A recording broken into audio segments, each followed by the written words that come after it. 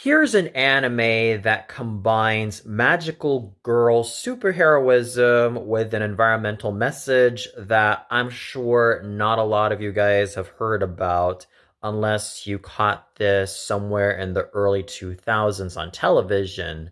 I'm, of course, talking about Arjuna. True story. I caught this back in 2004 on Animax, and I was totally mesmerized by not only the character designs as well as the background designs, but also the story, which was told in about 12 or 13 episodes. But what I've obtained from those 12 to 13 episodes was a lot of brilliance, a lot of just amazing world building, and a whole lot of depth that managed to make my 12-year-old mind absolutely fascinated with what Arjuna had to offer.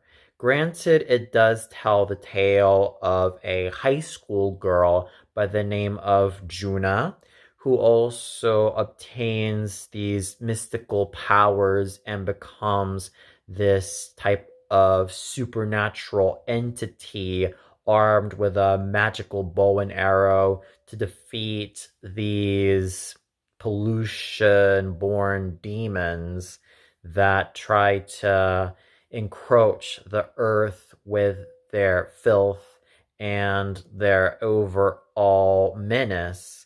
And what we have right here is just a whole lot of brilliance, a whole lot of awesome animation, a whole lot of style, and simply put, a whole lot of beauty that I remember enjoying so much about Arjuna ever since I was a 12-year-old. Even as I rewatch it now as an adult, at least in bits and pieces, I could still appreciate the mastery and the craftsmanship that has encapsulated everything that made Arjuna an underrated and rediscovered piece of work that really needs to be appreciated much further than the sum of its parts.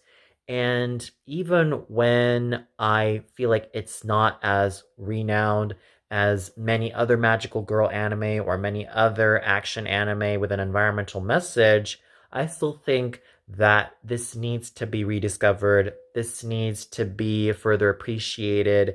And above all, it just needs a whole lot more love because that is what Arjuna is defined by, a sense of love for craftsmanship and a whole lot of brilliance.